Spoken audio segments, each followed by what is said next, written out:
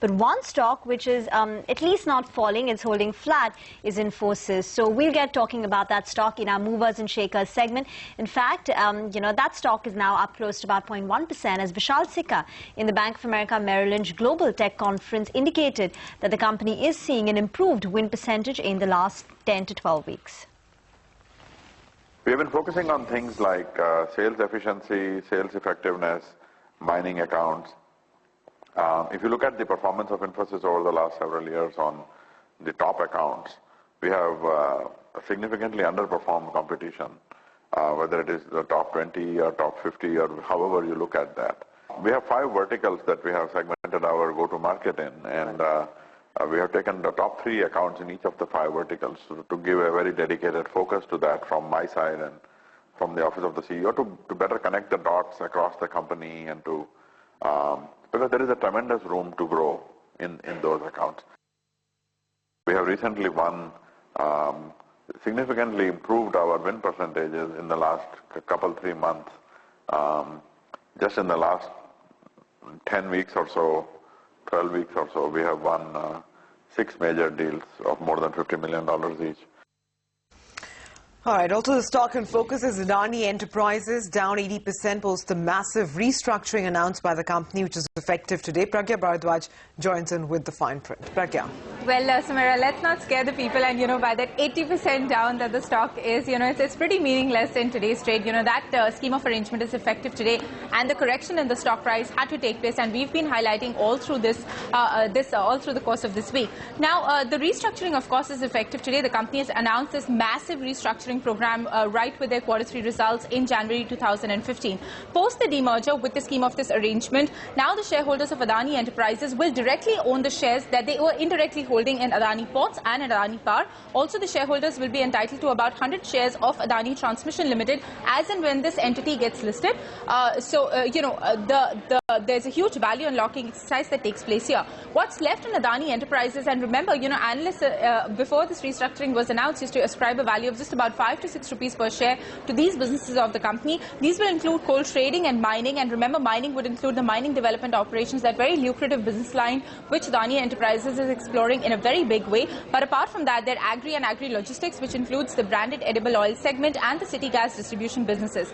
Analysts, were ascribing various kinds of values to these residual businesses, but what we were expecting was that the stock could list anywhere, the stock could correct to levels of about 80 to 95 rupees per share in today's trade. It settled around 120 odd rupees, give or take, 5 or 10 bucks on the upside, on the downside, which is a little premium considered to, what we were anticipating to all of the businesses of the company. Now, the price discovery could go on for the next couple of days, so don't be surprised, if you could see the stock come down a little bit also from the current levels. The good thing about this restructuring is that no longer does Adani Enterprises suffer from any kind of holding company discount. So from 6 rupees, you've unlocked the value all the way up to 120 odd rupees.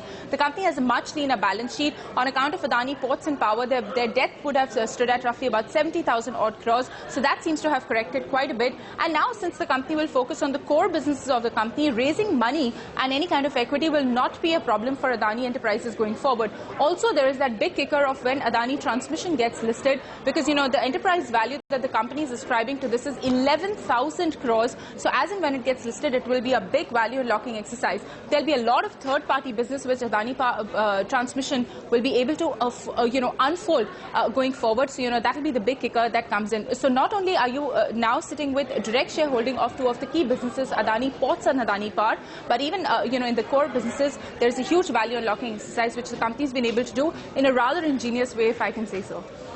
Thanks, Pragya, for that. By the way, just look at the collapse on Unitech. It's now down close to about 48%. It's a 7 rupee stock from being about a 13 or 14 rupee stock. We understand there's also been a big block deal of close to about 2 crore shares have changed hands. But Unitech is now down 47%. The debt on the books is close to about 3 times the market cap at more than 6,000 crore rupees. And, the fall in names like Unitech, JP Associates, IVR, CL in the mid-cap space has taken the mid-cap index down 3.5%, and the Nifty is now tumbled below that 8,100 mark. So this is looking exceedingly weak. The advanced decline ratio is worsened to 1:11 now. Samira. Yeah, that's really quite bad. The Nifty repeatedly is testing that 8,100 mark. mark. Look at the fall in the mid-cap space. The index is down 3.5% as we speak. Bank Nifty too, in fact, really crumbling at this point in time. Over 2% fall over there. So nearly 400 points gone on the Bank Nifty as we speak. And individual stocks, like Rima mentioned, really bearing the brunt of it in the last few minutes. Or look at something like an SBI. That stock has tumbled nearly 1.5%. ICICI Bank falling close behind. Cairn India taking a knock of 1.5% in just the last 5-6 minutes. On all these stocks now virtually at the low point of trade. Power Grid losing about 1% in the last few minutes, slipping into the red as well. Vedanta, Tata Steel, metals, you name it. I mean, pretty much everything is coming under selling pressure right now. But we need to focus on quite a few stocks actually. And Rima, just another point to note that there is almost no index, sectoral index, which is trading in the green as we speak. The fall is, of course, led by the weakness that we're seeing, in real estate, in FMCG, in PSU banks, in pharma, but there is no sectoral index that is trading in the green as we speak. But we've been focusing on the Adani stocks. What does this restructuring mean for the other Adani group stocks like Adani Ports as well as Adani Power? Pragya, back to you for that. Well, Sumaira, the kind of collapse that you've seen in the market, so a lot of the weakness that we've seen in both Adani Ports and Power is also in line with that. But what I'd like to highlight, this restructuring exercise is fairly positive for both of the other group entities as well. In Adani Ports, the promoter holding now comes down from 75% down to about 56%. There is an increase in the free float of the company by about 75%. The stock has been the darling of the industrial analysts for quite some time, given the very strong fundamentals which the company has been reporting. And there was a concern because this is the cash cow the company could use use the cash which this business is making into some of the other beleaguered businesses of the company. But that concern, to a certain extent, now will be aligned, rested, given the fact that the company's now interests will be aligned with the minority shareholders, given the fact that their ownership in the company will go up quite a bit. Adani Power, in that case, of course, the stock has been challenged. The promoter holding does come down to 59%, but just to, infuse some sort of confidence in the street, the promoter can also always, infuse equity and take it all the way up to 75% if they do choose so. And if that does happen, that could be quite positive for the stock because, raising equity by way of, promoter funding by way of debt or equity could be seen rather more positively than the company looking at any kind of dilution to fulfill their equity commitments. So on the back of all of those counts, it's quite a bit of a positive. But of course, with the fall that we've seen in the markets, both those stocks are down in today's trade. Thanks, Pragya, for taking us through that. Tata Motors, meanwhile, is the top loser on the Nifty despite strong JLR sales in the US. Sonia, give us the details. Well, the news flow is positive for Tata Motors, so it could be primarily, profit-taking on the stock. But JLR has reported a good set of numbers in the month of May for the United States region, for the North America region. Total sales in May have gone up by about 30-odd%. Jaguar sales are down, but Land Rover sales have gone up by almost about 19-odd%. And year-to-date as well, the sales are quite strong. So I reckon it could only be profit-taking that you're seeing on the stock today. All right, and on to the ongoing drama that surrounds Nestle's Maggi. Sources say that FSSAI expects test reports from states by the end of this week. So what are brokerages and what's their take on the stock now? Agam is here with the details. Agam.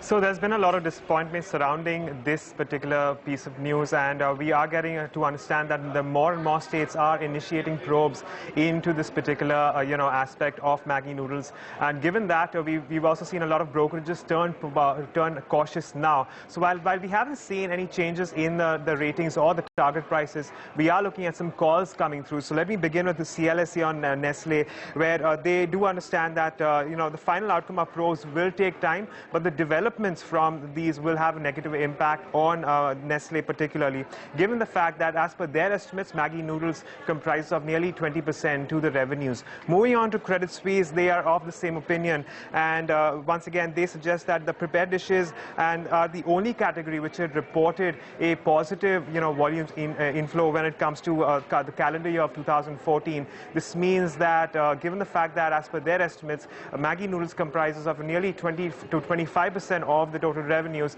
Once again, it could have an adverse impact if more and more bans were to come into play. So for now, brokerages certainly cautious when it comes to Nestle on the back of Maggi noodles. Thanks, Agam.